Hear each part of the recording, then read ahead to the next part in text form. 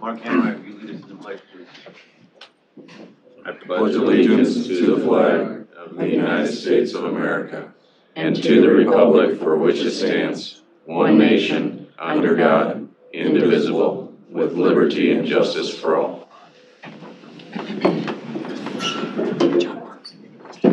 Practicing since first grade. All right, I'm going to call the meeting to order. Justin Schultz isn't with us today. He is at a ethanol fuels conference, so that's the only reason he's not here. With that, I'll entertain a motion on the consent agenda. Make a motion to approve. Second. Any discussion? All in favor signify by saying aye. Aye. Opposed, same sign. Next up, we have a public hearing and Matt Wyatt and Pam Calstrip. Public hearing, first consideration of ordinance number. This is second. I think this is second. Second consideration, right? All right, second consideration of ordinance 2022-01, an ordinance to amend the official zoning map of Potawatomi County, Iowa by changing the district designation of approximately 35.84 acres from Class A3 to Class I1 and adopt ordinance 2022-01 into law. Make a motion to go into public hearing. You don't need to be in a public The hearing. second one? Mm. Sorry. We're getting a public hearing. Correct. Okay. Make a The motion public to hearing approve. is, Public hearing is off. Yeah. You made that motion. It's on, so, yeah, I did. I'll second it. is that what you want, Pam? Yes, please. Mr. Hauser, you call the roll, please. Okay. Supervisor Shea. Yeah. Bell. Aye. Chairman Wickman. Aye. Supervisor Groby. Aye. Next up, we have Matt Wyatt, Planning and Development, and Maria Seek, our Public Health Administrator, representatives from Field Day Development, Allie Pointer Machado, Architecture, I probably butchered that name. Update on the status of the public health building project. Matt, you're up. We have a presentation that we're gonna load up here quick for the board of supervisors. See you later. See you.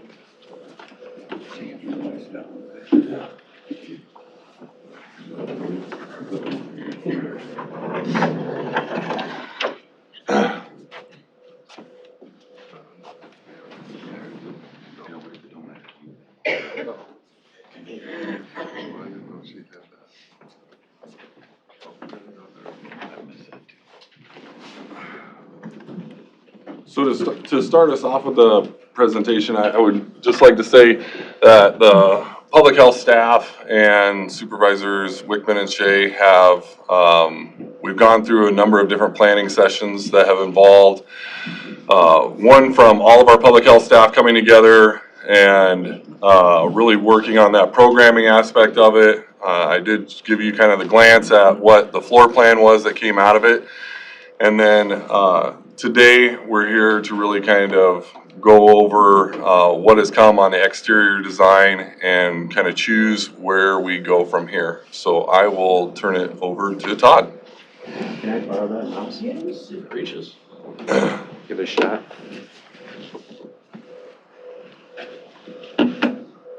Nice. Okay, so my name's Todd Mueller from Allie Pointer Machado Architecture, just right on the other side of the river. So we're going to show you just a few kind of diagrams, start with the site plan, and then we'll kind of get you into exterior design. There's a nice, healthy, thoughtful process that we went to on the exterior design. We won't bore you with all those details. We'll kind of cruise through that and then show you kind of where we landed on a couple options and then what the kind of preferred option has been from the stakeholder group. So for those of you that may not be familiar, this is the building that we're in right now. So this is the site that's recently been, has been taken down within the last, I guess, month or two. So here's Pearl Street, 5th Avenue to the north, 6th Avenue to the south. So zooming in a little bit, you can see that if you're familiar with where that building used to be, you can kind of see the outline here that was still in there from Google Earth. So the proposed building is a two-story, about in the same spot and almost the same size as the building that was there. But obviously, brand new building, floor to floor, that will accommodate, current office needs and so forth. So right now, we're showing that, potential parking access would come off of Fifth Avenue, very similar to kind of an access point that's there today, with some parking along this way, with an entrance to certain parts of the building on the west side, and then the parking would come around to a kind of one-way diagonal parking that's in a very similar orientation to the parking that's there currently, with a main entrance into the building on the south side. So before we started to design the exterior building, once again, I won't take you through all this, but we did a lot of analysis on some of the buildings within the vicinity, within, downtown Council Bluffs, and then some of the, couple blocks outside of that. And we kind of narrowed down into the elements that make up a lot of these buildings. And we kind of landed on two concepts. The first one we call pilaster, and I won't bore you with a lot of details on what us architects geek out on. But the pilaster is kind of saying these elements right here, which kind of signify the structure, those are called pilasters. And so what pilaster is trying to do is kind of pull two stories together and accentuate the vertical elements of the architecture. And so this is kind of a concept of this building using that kind of vernacular. So you can see would be the Pearl Street elevation. This would be the corner of Pearl Street and 6th Avenue as it turns the corner. Fifth Avenue. And so this last one is a brown brick option. So working through with the group, we showed multiple different ways of colorways of the brick, and we kind of narrowed it down to the preference of brown or red. So this is a brown option. This is a red option. Sorry, on the projector, it's kind of hard to see the difference. It's subtle, but trust me, it's brown and red. Another thing we looked at, we called it stack, and what stack was doing was accentuating the horizontal, so kind of separating those two floors. So these are just some examples to kind of illustrate that design concept. And then this was the kind of architecture of the Pearl Street elevation, and then that same corner that we saw before. And then this is a little detail that shows you kind of how we were breaking down the window and the fenestration along those different facades. And that's brown, and then this is red. And we just wanted to, within the brown and red, obviously there's a whole plethora of different mixes, blends, colorways, and things like that that can happen within those two different. So once we get direction, we will start to pull samples and find out what the right mix is, in whichever direction we choose. So this was kind of showing all those together, the pilaster in the two different colors, the stack in the two different colors. And based on the stakeholder group, the preference was to go with the pilaster concept and the red brick. And then here's a view looking at the south elevation, which would be the main entrance. So the main entrance would be here with a little canopy. All our parking is out here on the south, which is nice for the southern exposure, so we don't have northern entrance with ice and all those kind of challenges, which we all can experience today. And then this is kind of walking along the street along Pearl. So I don't know if we want to spend any time on the floor plan. Did the members of the board, did you all want to review the floor plan again? Just do a Quick show? All right, so here's our, so we worked really closely with all the users. A lot of distinct uses that happen within this building. So we're trying to make sure that people have what they need, but are also trying to share as much as possible and have something that kind of works for everyone the best we can. So coming in from the south, this is our vestibule, our main entrance. To the right is our main circulation, so elevator and stair. To the left is our waiting. And then moving through, we've got all the different functions, including the clinic space, intake, outtake, all those that happen kind of within this overall area. To the north is our large meeting area that can be subdivided in two. This is a 2-story volume, where all of this is a 1-story volume that stacks. And then on the second floor, you can see this area is open to below. And then this is more of kind of administrative and office space with more open office, open workstation setup. So very flexible for today and for the future. And it's all been set up that if for whatever reason there wanted to be an addition, it could be set up to go to the south. That's kind of why this stair and elevator is located here, is that everything could go to the south. You know, not saying that will happen, but just we always like to think, think towards the future and get us set up for future success. So that, open space, Wait a minute, Melvin. yeah, Does the board have any questions for God? I've seen it. Matt, what do you, Could we go back to the recommendation from the group? So our goal today for the Board of Supervisors is to see the two different designs and the 2 different colors that we had really narrowed it down to. Now, the stakeholder all of us as a group, our preference would be to move forward with the plaster with the red brick. But today we're really kind of looking for the Board of Supervisors recommendation on what you would like to see. And if it's to go with our recommendation and move forward in that fashion, we can certainly do that, but we wanted to present some options to the board so that, you had a choice in the matter, as this is gonna be kind of our first new building down here in downtown in quite some time, so.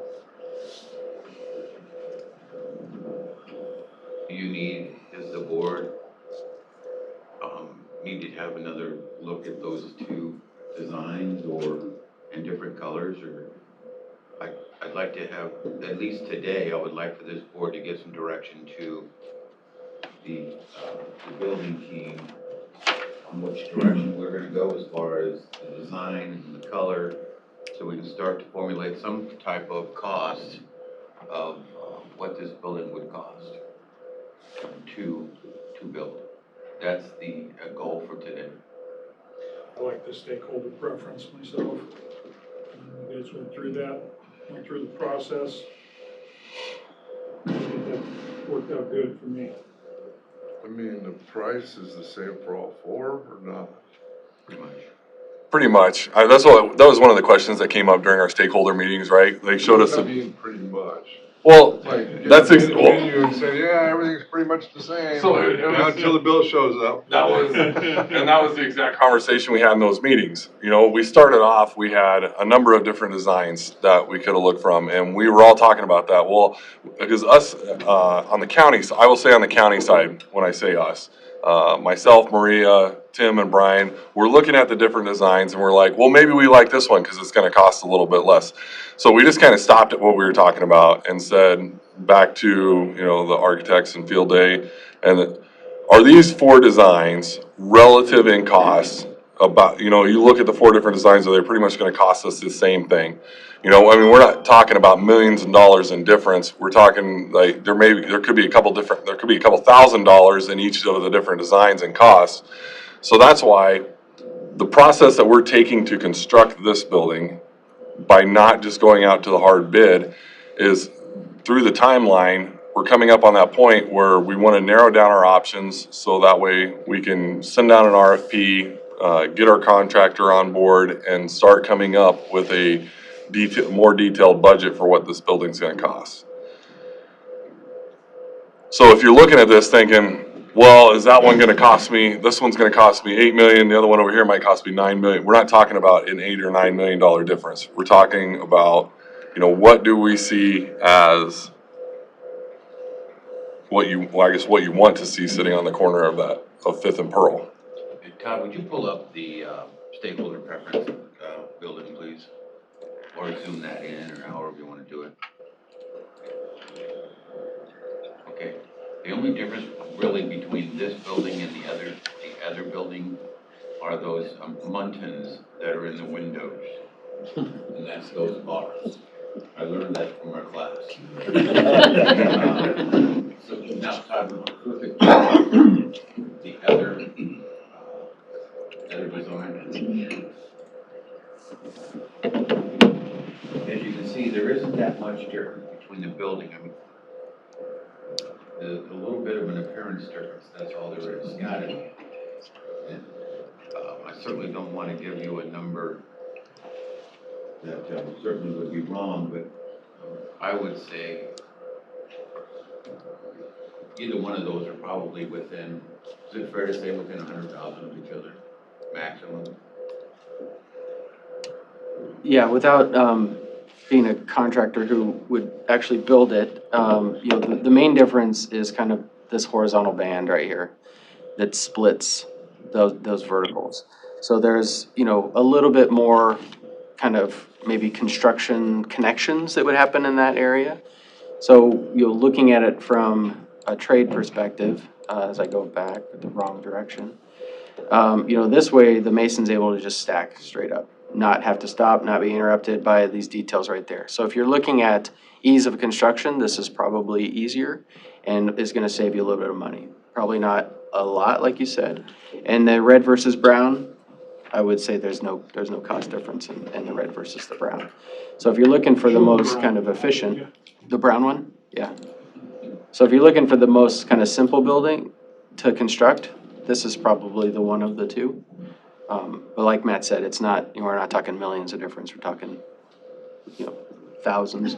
But until we get it, but part of what we're trying to do now is get direction on this so we can advance our drawings a little bit further so that we can get those to a contractor that then can put together a nice cost estimate for us. I thought the brown brick kind of went with the courthouse a little bit, but everybody else chose red, so that's okay with me. I don't have any preference. I don't It's either. not really my forte, to be honest. I don't have any preference too. All right, there it is, there you go. Pretty easy. Anything else? All right, So we'll move forward then with the recommendation of the building team. And our next step will be, as they're advancing their drawings on that part of it, we will come back to the Board of Supervisors with an RFP to release, for an RFP for approval to release, that will bring our general contractor on board. Just to give everybody a heads up on what the next steps are. any other questions from you? Todd, thanks very much for all the people that, Thanks, Matt. Thanks, Bill Scott. Day and Alex, thanks so much for being here and giving that update on the board. I appreciate it very much. Thanks, ladies. All right, I'm gonna move on. I'm gonna move, item D will be our next point of discussion, and that is, John Rasmussen receive and open bids for the Roads Operations Center facility. John, you're right, let me get the light, please. Thanks, Matt. You got some sheets for us, John? I do, How many bidders were there, John? just one. Oh, you wouldn't wanna tell us. How many bidders were there, John? We only had one bidder?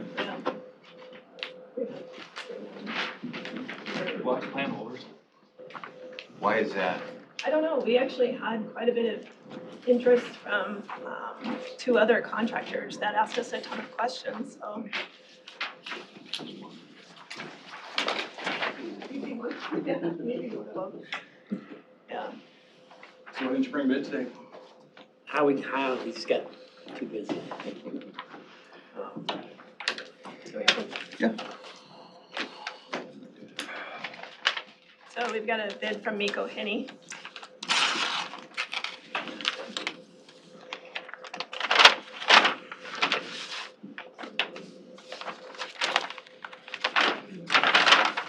Get your bid one. That's all they gave me. Okay, no bid bond included, No bid bond included? no. All 6 addendums acknowledged.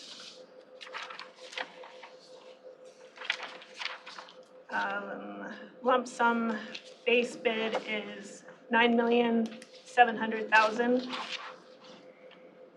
Alternate number 1 is $22,000.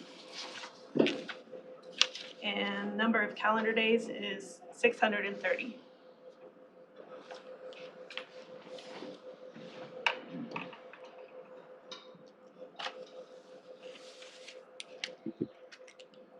Kim, can I ask, the bid bond, if it's not included, does that make it a bid that can be considered or not considered? I need to look, to be honest with you. Specs said no bid bond. No bid bond? Oh, then it must just be listed on here. Okay, no bid bond is necessary then.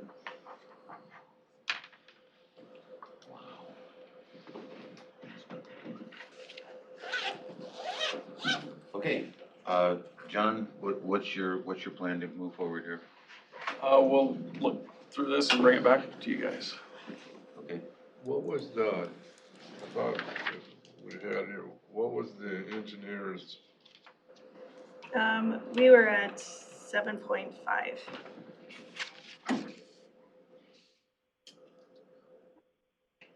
okay,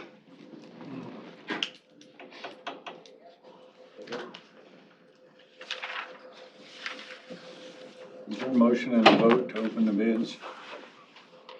I'll make that motion. I'll second. You just have to.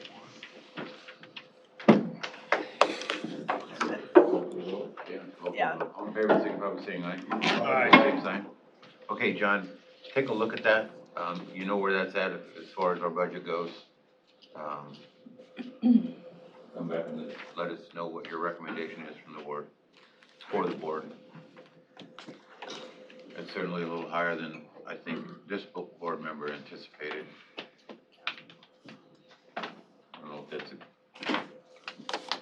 a bad sign or not, but let us know. That's a sign. It is a sign. Not a very good one. All right, Thank you. Thanks. I'm gonna move back to. Sir, who are you with, sir? Sorry? Who are you with? Anderson Construction. Oh, okay. Yep. All right.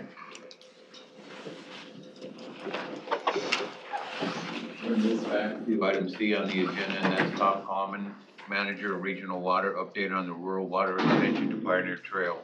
Tom, are you on the line? I am on the line, yes. All right, you're up. Okay, well, appreciate it. Thank you. First of all, I wanted to make sure you all knew. So I have Dan Olsek and Paul Mesner from DGR Engineering sitting here with me.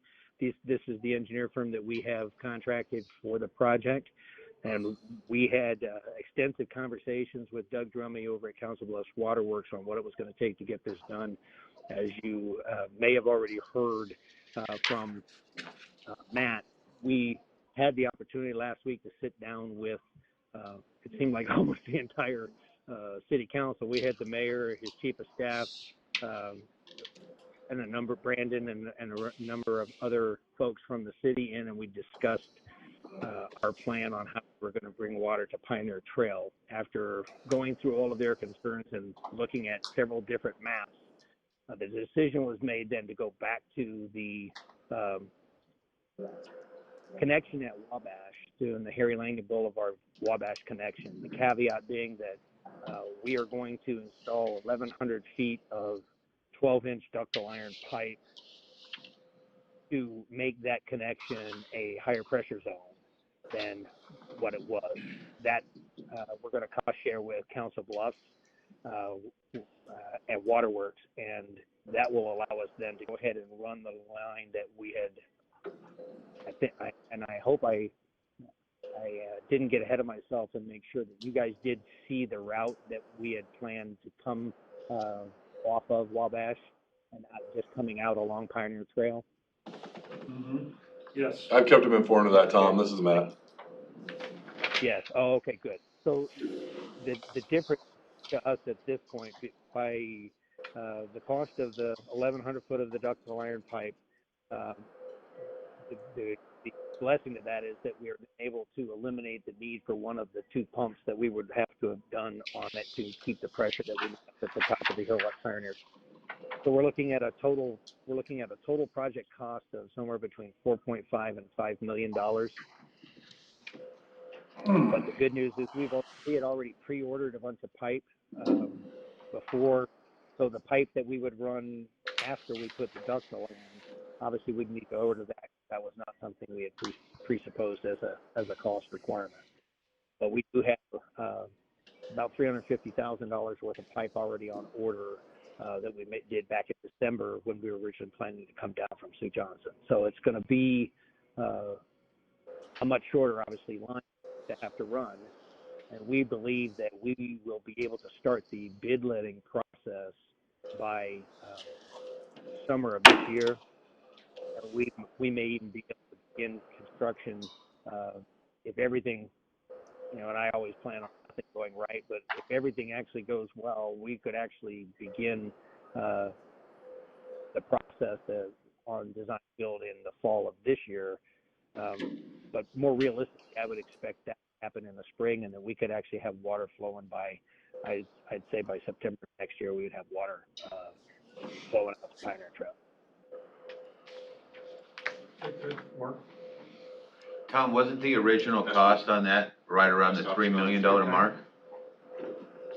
The original cost was, right, so the amount of cost in Pike County was going to be 1.2 million.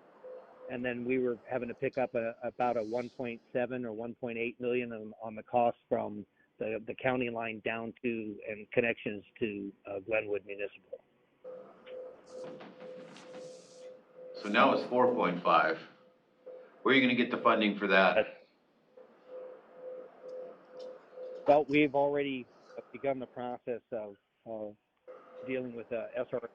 Already reached out to D. Fisher as well, and this has just been a whirlwind week because we've had conferences with both our co-bank loan officer and with Dee, and she's actually going to be in my office on Monday, the 28th, and we're going to be sitting down and doing a project that details on that funding requirements as well. So I'm reaching out to everybody that we have any potential for funding source, include the SRF loan program, and figure out where we can get the money back. Are you on a landline, Tom, or are you on your cell phone? No, I'm on my cell phone. We're at the Iowa Rural Water Conference here in Des Moines. Okay, you're So breaking up a little bit. Yeah, the next question I have for you then is, there were some original tap fee costs discussed. Do those change with the increase in the cost of the water line? Well, that's a great question, but I think that's something that we would be needing to sit down with the developers and talk about, whether or not there's an opportunity or even a possibility of that. I will say that what I did was made an assumption from the planning that if we only got what was originally proposed in terms of tap fees, what would that residual debt be that I need to go pursue funding for? So we've already planned worst case, but I still need to, once we get, to me it was, I need to make sure we're okay with the county and find out what the county's thoughts are before I go back and want to get to a signature with the developers on it. Tim, what I would tell you on that is that the route just got settled on Thursday. And I don't believe that Tom and the engineers have had time to do a full setup of what this is gonna entail as far as, especially even securing their financing. Where would they go to secure financing? How much money down would they need? Because there was that potential still on their side to get the cost workup done, what the breakdown would be per user on, like they did last time. But then, the board told them last time if we had to go that route and come from there, and they needed some more funding to help with the pump that was gonna be in there, to come back and talk to them. So I think if we give Tom and his team the next 30 days to fully organize this from Thursday here, that they'll be able to come back and give you the answers that you need for those questions. We had a deadline for this to be put in, right? On the forgivable note, yes.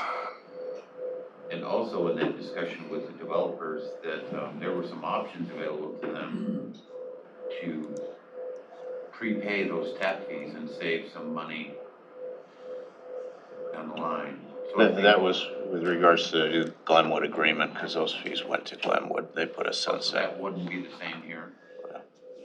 I think it's important. That's correct. We don't have any requirement, just to be clear, we have no requirements from Doug Drummy and Wells Waterworks to prepay any of the tap fees. That's not on the table for their end. The only thing they've told us is we would be required to cost share the ductile iron pipeline coming down from their intermediate zone to the Wabash connection. And I would assume they obviously the more that they give that up front, the better. So this is Dan. The rate is the rate structure is very different with Council Bluffs than it is with than what it was from Glenwood.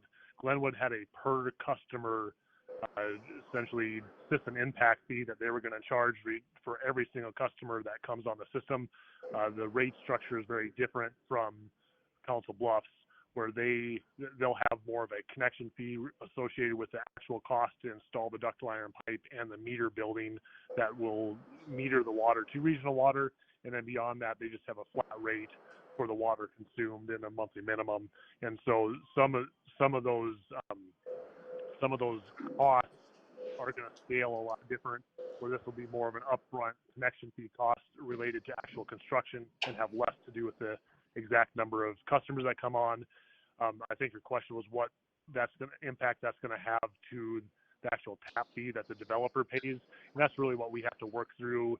Is it's possible that may flow the exact same, but also the really important here is that the cost of water significantly less from Council Bluffs on a dollars per thousand basis than it was coming from Glenwood too. So it's going to have an impact to initial construction costs and long-term operation costs for the end user that we just need to work with Regional Water and see how we're going to structure that capital financing and repayment schedule. Okay, well, Matt, I think we ought to just set up another meeting for next month and let us know where we're at. And developers too. They need to know. I mean, the board's working with the engineer on some road design. Developers need to know what their costs are gonna be. There will be no tap fees received by Council Bluffs Waterworks, right? The important thing that is settled now is that the route is settled. It's coming from the Wabash connection down to there, and that rural water feels as though they're going to be able to meet those timelines. You are correct. They have a lot of information to backfill to us now that the route's been settled. But I think you give them another 30 days, and they're going to have a lot more information for you and the developers as far as what the cost will be. Because the city's gonna also, one more thing, Scott, real quick, is that the city also has to go to council and get official approval through the council on this route as well. But, when we had the meeting on Thursday, it was Mayor Walsh, Brandon Garrett, Chris Gibbons, Matt Cox, Marsh Augenstein was also there. Everybody was settled. We were all settled on the route, and the TIF agreement that we have just says that the city has to give their approval of the route for rural water. This is also going to be an expansion of Council Bluffs Waterworks territory as well. As they come along, they're going to be able to serve a lot of customers off of there before it switches over into the rural water area. So there's cost shares pieces that are coming in there, and Council Bluffs is putting in money as well to extend that water out there. Council Bluffs Waterworks. Correct. Not the city, Council Bluffs Waterworks. Tom? Are you on there? Yes. Hey, this is Scott Bell. Is there another project you got going on in Pot County also too? Oh yeah. Hooking from the tower on 6 and going back to Minden? That's correct. Okay. We are in the preliminary bidding a probable stage for pursuing a 10-inch line up from the Fuji Tower near Highway 6 up to our 8-inch connection at Minden. We have had municipalities who are interested in possibly either increasing what they currently get from us or getting this result of water source being stable. So is that are you going after the same buckets of money for both projects then? Absolutely. There are enough funding sources out there, and we can each of these projects because in we've got favorable funding through Thanks, you took them all up. LMI.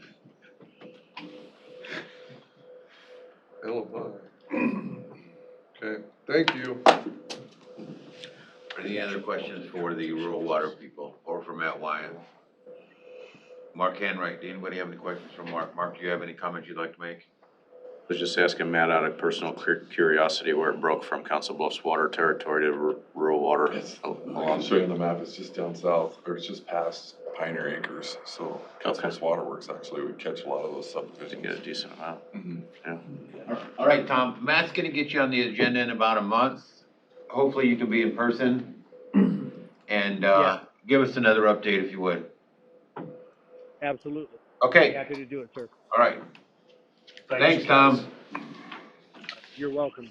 Have a good day, gentlemen. You too. Hey, Mark, thanks for popping in. Good thing we all speak cell phone. So the other, are you familiar with the other project then? Yeah, I got the same mailing that came through on the other project. They are looking, that Sue Johnson Water Tower runs at 25% capacity. There's a ton of capacity left in it. The smaller towns, due to these last few dry years that we had, are really struggling with water. And even rural water themselves at their alluvial well field, they'll call it up by Avoca, is struggling to produce enough water. So they're looking at if they can run a line off of that Sue Johnson Tower up through into Minden and then on potentially to Shelby to support those small communities up there with what they're doing with the water. And then they're also in conversations, Tom is, with Trainer as well to connect out that way. The meeting was a little bit odd for Doug Drummy and Tom, because when they're looking at the maps that we have, they have their water area, CB has their water area, rural water has their water area. And so they're like, well, we're just gonna come off the Sue Johnson Tower, we're gonna run down there, we're gonna connect to this. So I had to show them the TIF agreement, that this is the reason why we're here for the meeting with you two water districts, because we have this TIF agreement with the city, planning staff, they wanna protect their watershed area, so they don't want the water line coming down from the south. But it just, aside from this housing development, if rural water wanted to come back and say, well, we're gonna run water down from that tower and go down south, they would be allowed to. They're in their area, they can buy water from Council Bluffs, they can put in whatever water lines they wanna put in on that eastern side of Council Bluffs. It just so happens because of the TIF agreement was the reason why they can't do it. So it was a little bit of a play on cards. Are you protecting those watersheds this time? Yes. Does that mean that you're never gonna have a water line there? No, because if we continue with the dry weather that we've been having, more of our private residents will probably start struggling a little bit with their wells, and they will want rural water to come down through there and be able to supply them. So we'll just have to figure out what that means development wise. Do we allow development off of it, or do we just insist that they get annexed into the city and at that point in time? But Doug Drummy did explain to the group, there are several other communities in Iowa that rural water organizations supply water inside of those city limits because of situations like this. He said it's not unheard of. He said it's not the best situation in the world, but it does happen. So I tried to reaffirm with the city on the fact, if we allow this water line to go in with an R&D loan on it, is what Tom would refer to it as, then as the city annexes out, they cannot just assume that line. So they would be better off allowing for the county to not be so harsh with the county on allowing TIFs to pay for that infrastructure now, because then if the city annexes out, then CB Waterworks just gets to assume the line. There's no loan against it. They can't hold it. They're just allowed to go. But that'll just be things, it was a good meeting for everybody to get caught up on how those how those water districts work with each other, what the boundary lines really mean, and and just show that their working relationship. But I think we're in a good spot. Okay, thank you. Those things are going parallel, right? The two projects. Yes. They got it, obviously Tom's had a number of things on his hands with the fire that they originally had to now the water line break in Minden and these big expansion projects. So. Yeah, you got a question? Possibility of development out that way too. There would be north, right off Highway 6 to the north. I mean, that would be 245th Street in Hackberry, whole area would be. Thank you, Matt. All right, next up on the agenda, we have discussion decision to approve and authorize the chair to sign Cornerstone Commercial Contractors Pay Application number 8 for the Carson, Macedonia Downtown Rehab Project. I'll make the motion. Second. Is there any discussion on that? That's all just passed. Well, he said that the one was gonna be taken out of the 8,204 is CDBG. and then the other was gonna be taken out of the city's. That's correct. Any other discussion? I'm good. All in favor, signify by saying aye. Aye. Opposed, same sign. Next up, David Byer, Chief Information Officer, discussion and or decision to approve and authorize the chair to sign the network service agreement with the City of Council Bluffs. David, you're up. Thank you. So this is an agreement between the city and us for connectivity between this building and the jail sheriff's office.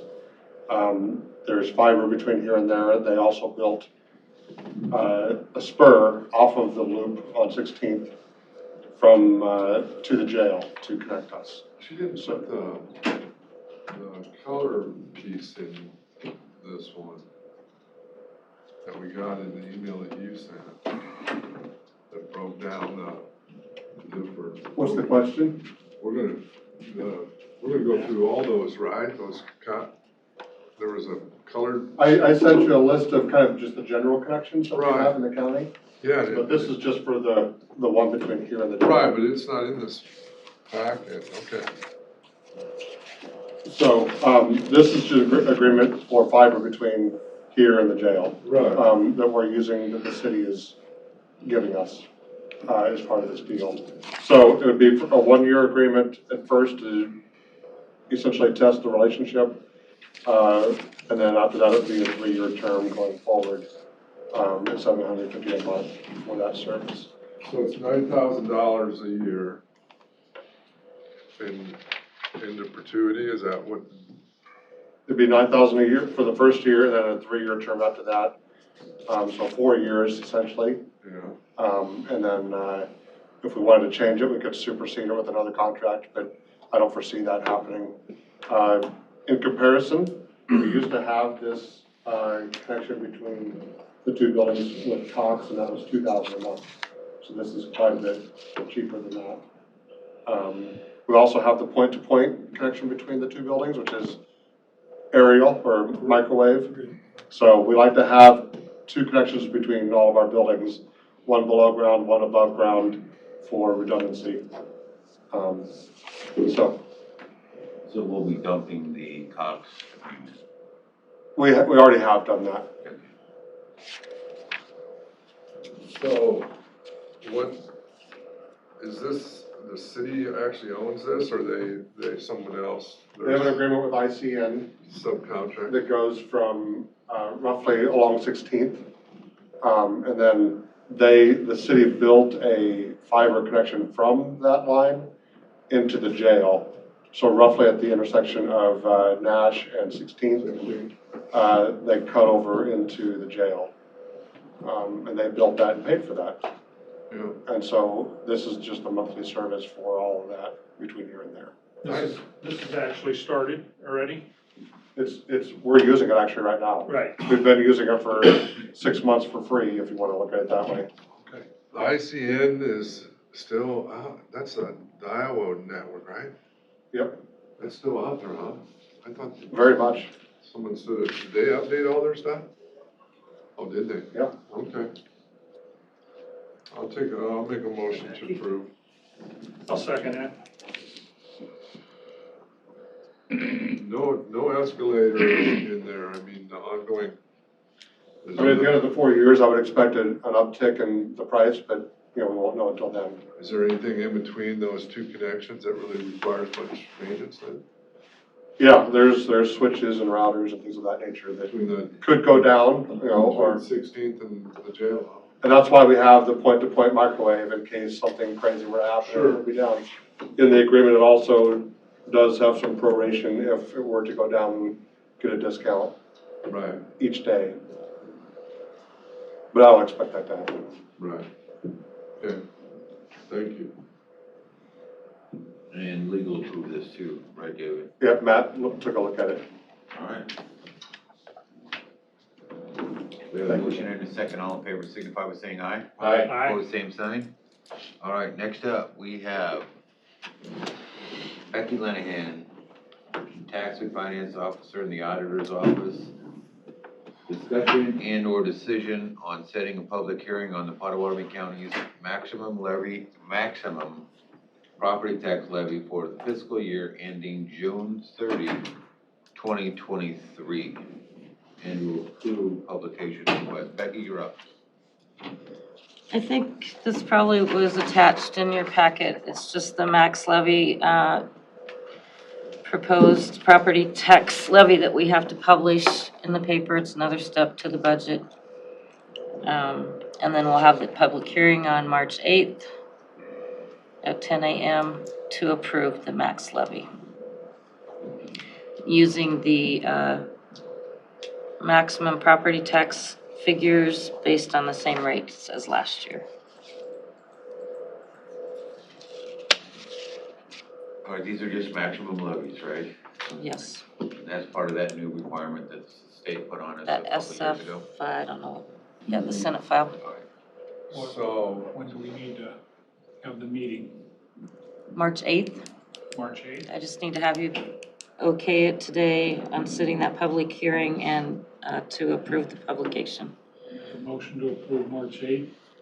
We want to do it right at 10? yeah. Does that work? Yeah, that'll work. Second. Becky, do we have a idea of when we will have our public hearing on the budget? Do we set that date? I'm hoping it's that Tuesday, the 29th of March. Okay. Or before, or that's what we're setting it for? I think that's when we're setting it for. We have some stuff to do with the bonding and different things, so I think Will the we set that 29th would be next good. week? Pardon me? Will we set that date next week? Possibly, You can yes. set the date after the. After. After the first public hearing. So I think we Doc, could probably do it the same day. Yeah, the same thing. the percentage change is based on the valuation increase, right? Correct. Okay. Because it's over 3. Is that right? 2%. If it's, Two now? otherwise it was 2. Oh, I thought it was 2%. 3. Okay. Everybody got that? Got it. Did we get a second? I think Scott. Yes. Scott, is that a roll call? No. All in favor signify by saying aye. Aye. Opposed, same sign. All right, moving on. Becky, you are still up. This is a discussion and or decision to approve the funding request for county libraries in the amount of $343,390. Becky, you're up. This is just a formality to get it on the agenda to get the library contribution approved.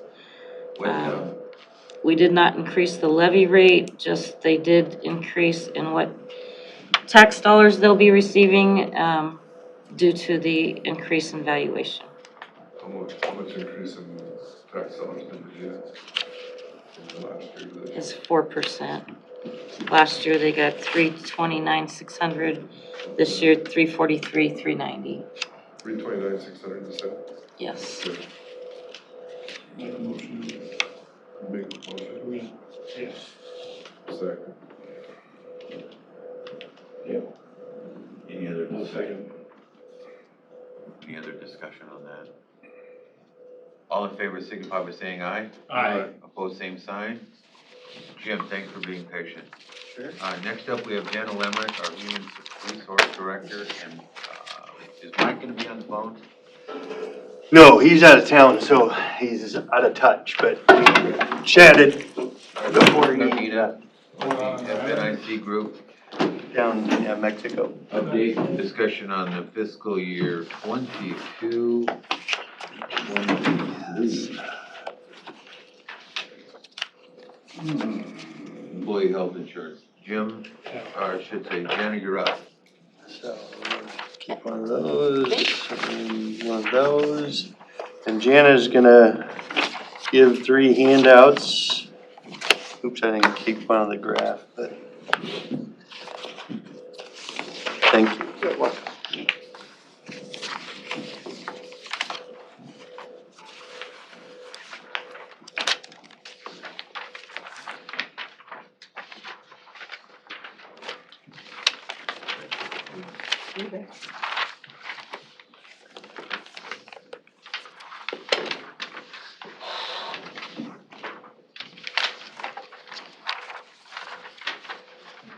Are you gonna lead the discussion, Ms. Lemrick, or are you turning it over to Jim? I'm turning it over to Jim.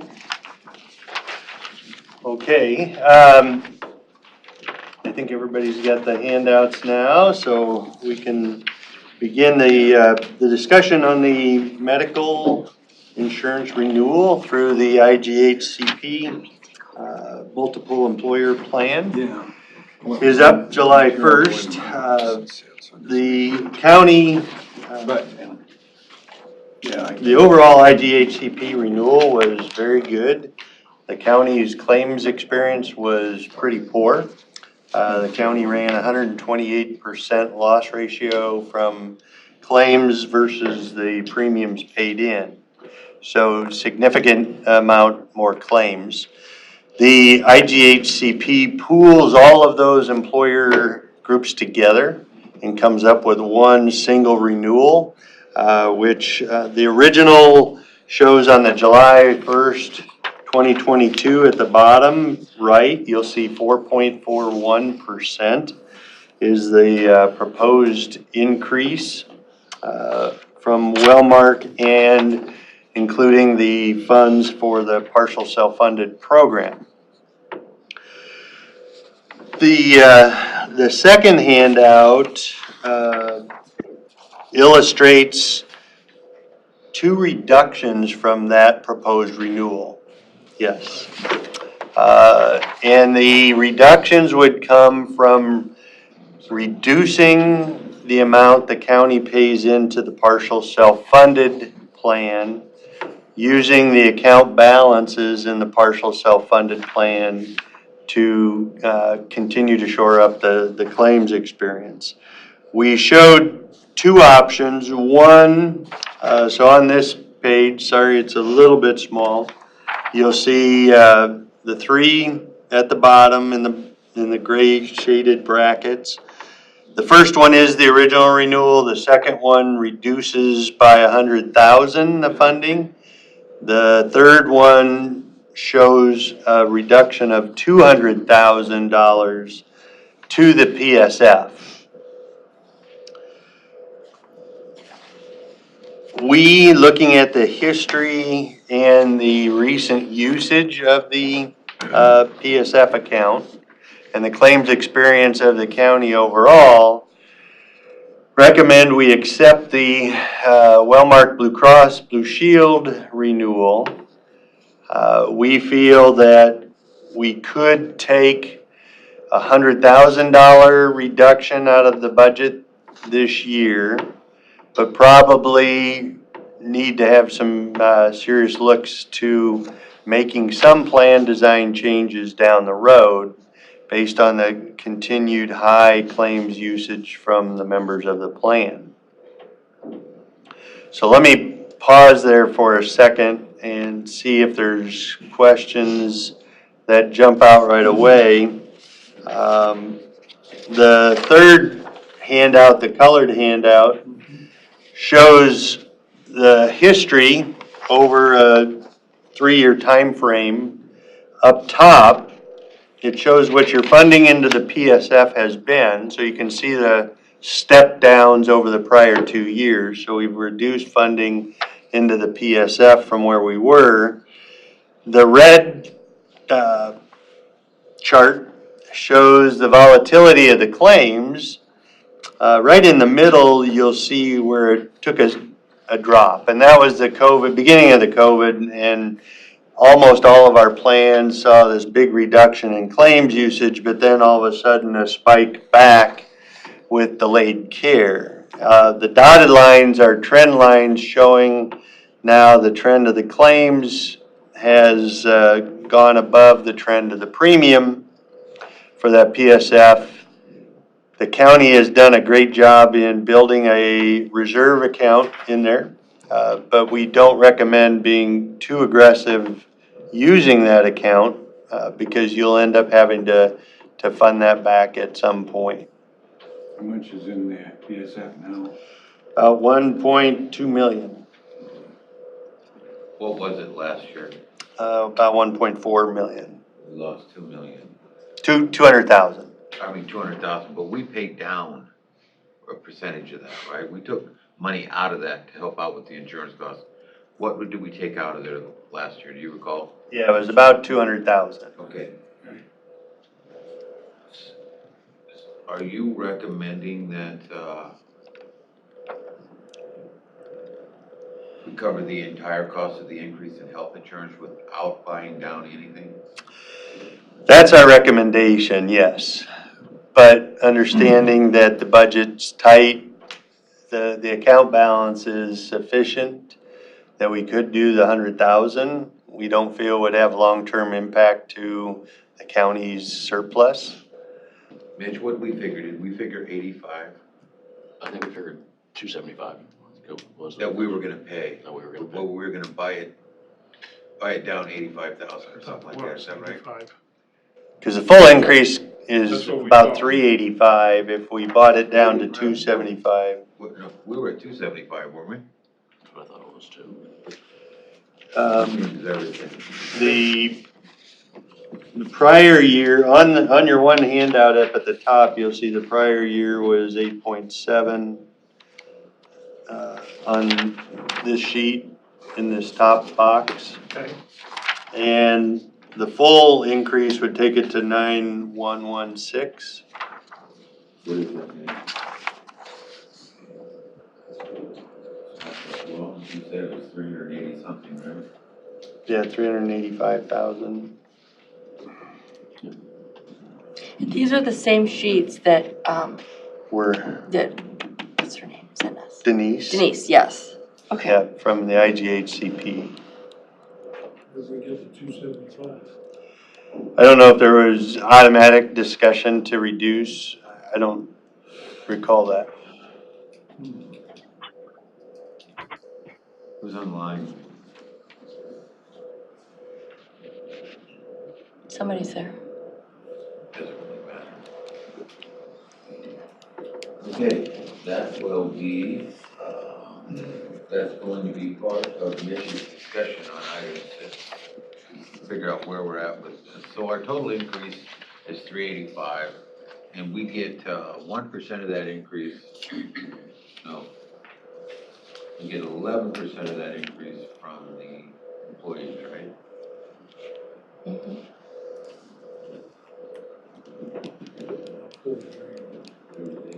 We get about 40,000. We have 345. Board needs to come up with. And we were 270. That number just sticks in my mind. It was 275 on the board. Yeah, and that hasn't changed from their renewal presentation the IGHCP delivered. So I don't know if that was net of the employees adjustment or other. I think it was our Probably internal before the trip to calculations. Mexico.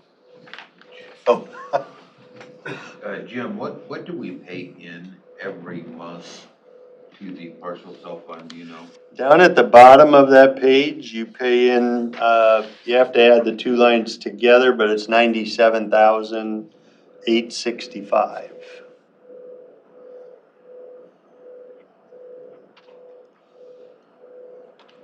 Do you see that down at the bottom? Yeah.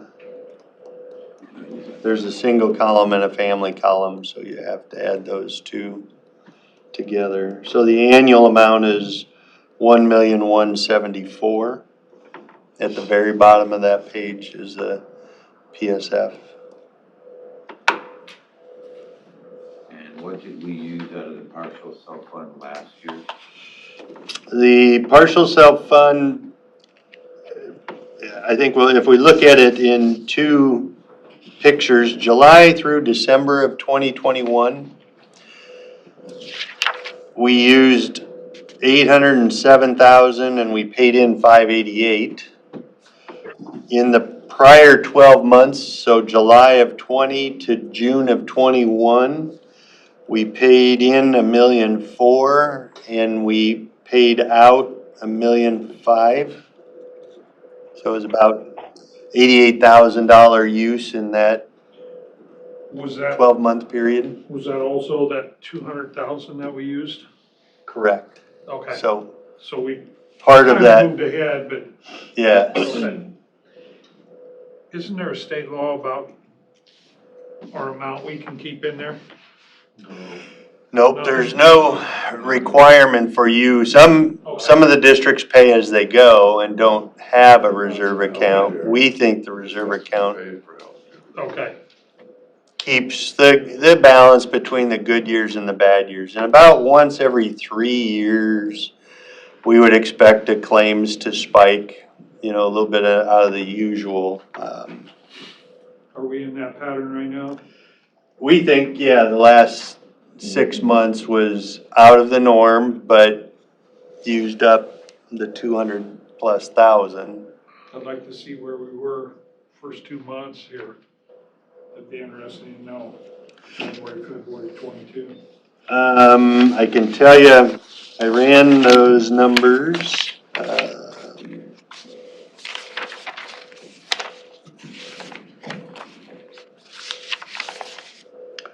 Oh, for 22, I have not seen those numbers yet, sorry. I'm gonna put down a little, towards the end of the year. Last year, a year ago, so July of 20 through December of 20, we had about a $28,000 gain versus this period of a $200,000 loss. So it is not typical for the county to run at this pace. Some of it was the last 4 months of 21 were unusually high. So that's what drove it. You've had some large claimants, which not all of those reoccur, and it was unusual for you to run at that amount as well. There was some COVID stuff in there with those claimants. Yeah, delayed care, COVID treatment, when people couldn't get to the doctor, we saw that big spike down where claims dropped off pretty quick. We are anticipating about a 4% reduction in claims from COVID overall, across the board in 22. So there's that working for you. Plus, again, we don't generally see large claims reoccur the same way every year. We typically see it drop back to your water line, if you will. So you're recommending that this board not buy this year's insurance down any through our plan? Partial. That was our recommendation based on the use, but we would be comfortable if we use 100,000. My only concern with that board is that, next year, things could really change. And if we're already buying it down, which shop is picking that up?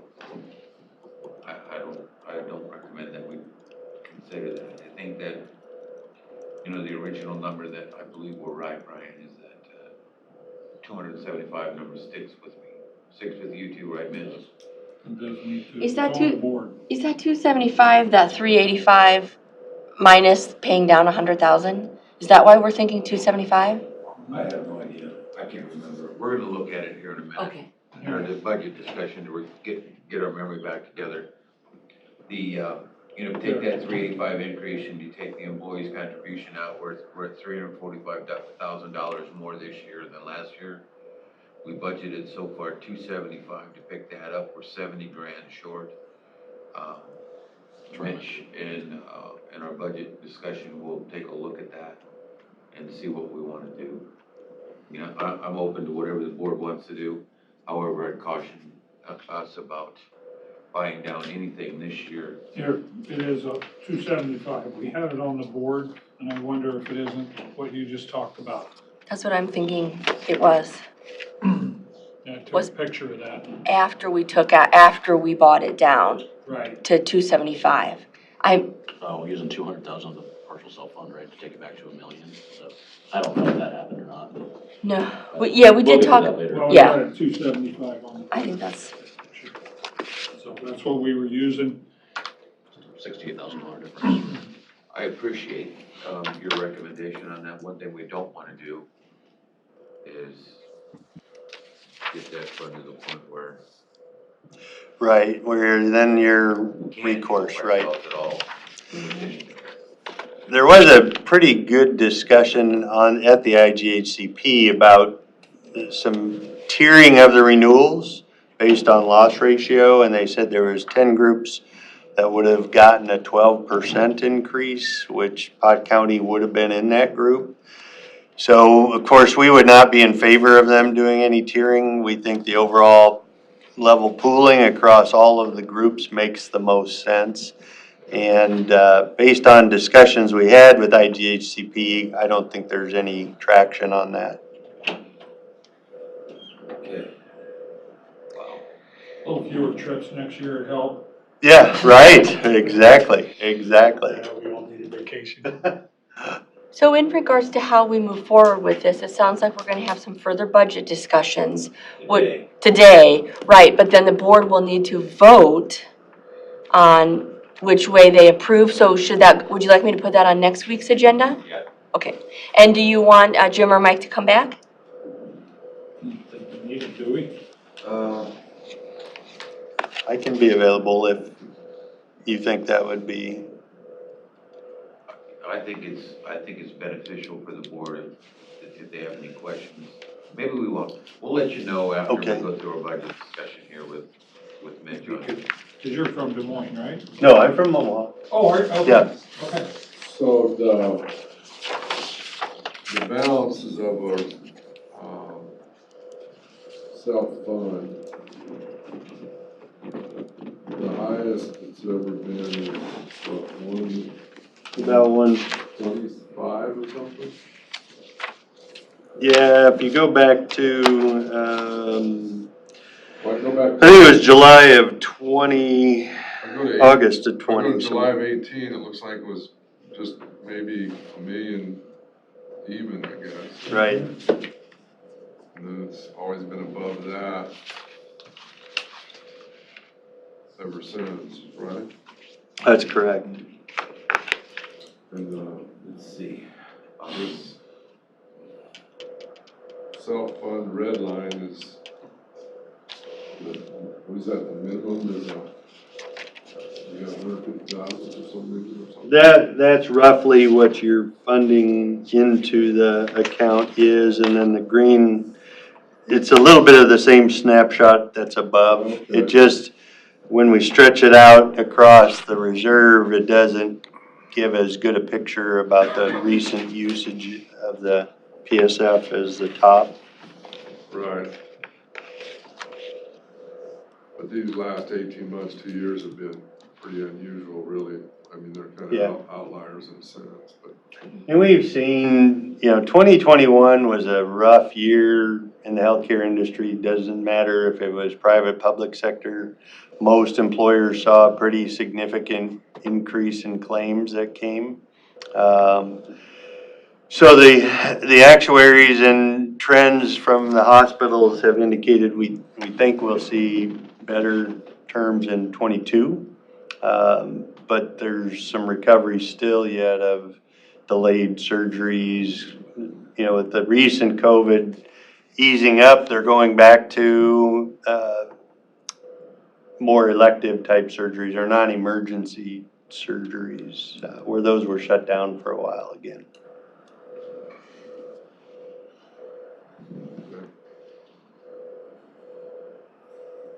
Okay, any other questions for Jim? I'm good. Any questions for Jim? Thank you. Thanks for coming in. Absolutely. Greatly appreciate it. Thanks for your time, everybody. And we'll let you know, where we're gonna be. Okay. Again, we'll. Very good, thank you. All right. Jen, I have one question for you. Yeah. Are we doing closed session A? Yes. All right, that's the end of our business agenda today. I'll entertain a motion to go into closed session pursuant to Iowa Code 20.17, parent 3, discussion and/or decision on labor negotiations, collective bargaining matters. Ryan Shea was a motion. Is that your second? Second, yes. All right, we have a motion and a second. I'll call the roll, please. Chairman Wickman. Aye. Supervisor Shea. Bell. Yes. Monroby. Aye. Mitch, you make sure Facebook is off. Mr. Hauser, you shut the phone off, please. Yeah.